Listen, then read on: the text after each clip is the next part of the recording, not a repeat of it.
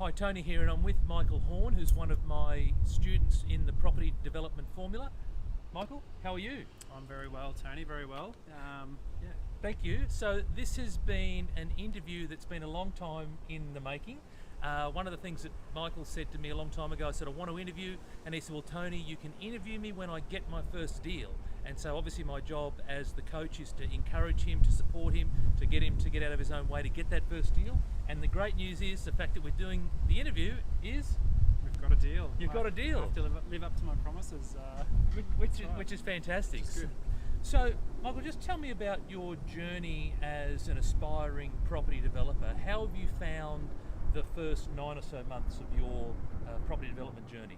I guess the first journey was really an education process and understand the process of being a property developer and why I want to be a property developer. And for me, it took a little while to work through that process, but now that I'm there, it comes quite naturally, and I couldn't have done that, I don't think, without the support of Tony and Rob and their team. So Great, yeah. thank you. Have you found it easy? I've not found it easy. No, it's been. I've got a full-time job, a young family, a 3-year-old and a 2-year-old, and a very supportive wife. And the process has been fantastic now, but working through those tough nights, full-time job, it's been challenging, but it has to be done, and I need to work towards where I want to be, and it's only going to happen one way or another. So. And how have you been able to do that? Because I agree it was a loaded question, so it is difficult to, whether it be a property developer or start a side hustle or learn a language, whatever, everything that you try new is going to be difficult. How have you been able to work your way through that? Just push through as hard as I can, with the idea that when you understand, I guess, my why, it's why I get up in the morning. I won't go into those details now, but it's what gets me up in the morning, why I push really hard, why I work late at night, get up early in the morning to make this happen. Otherwise, things just won't change, and it has to change. What's going to change? So the secret there is to have a longer term why and be deeply connected to what that is, because in amongst your journey of the ups and the downs, it's the why that's going to help pull you towards where you want to get to. Yeah, exactly. Couldn't have put it better myself, and I'm not there yet, but I feel I've made a lot of progress, which has helped fuel the momentum and the passion and the drive that I have. Okay. Yeah. And tell me a little bit about the project, right? So you've secured this project. It settles when? At an 18th of April. It just came up out of nowhere, really, and it ticked all the boxes within an hour of seeing it, running my FISO. I was on the phone to the agent, signed contract, on the phone to the agent 2 hours later, just pushing to get that deal across the line, and I missed out on the first time. I got gypped by someone else, but put a backup contract in, and then secured it and worked through my DD, and it's a cracker deal. I'm really happy with what it is, how easy it is in a great suburb. Fantastic. It happens. And so I'm proud of you, first and foremost. I do want to pick up on one thing. You said that the deal just sort of came out of nowhere. Now that's not entirely true, because you have been working hard at this, and the point that I want to make is that a lot of people will say to successful people, gee, you're lucky. I hear it all the time. Oh, gee, I wish I could live the life that you live, etc.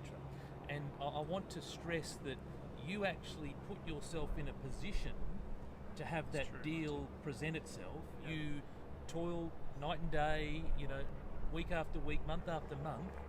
So it didn't just appear. It didn't just appear, but it felt like it did. So I had numerous, talking to agents, letters, calling anyone that knew of a deal. I put it out on a Facebook page. I said, I'm on Heat at the moment looking for a property, and people laughed, and it was a good engagement. But what that did is result in a few extra deals on top of the rest that were going into the funnel, and one of those was the great one. So putting it out there to anyone and everyone, it was kind of funny, but it got me there, and people still asking me now, how'd you go with that? Yes, that was the turning point. So And I can't say any more than that, but it felt like it happened, but it was due to happen. I suppose is what I can say. 100%. Yeah. The thing I liked about the post that you referred to where you said that you're on heat is that it created awareness and attention.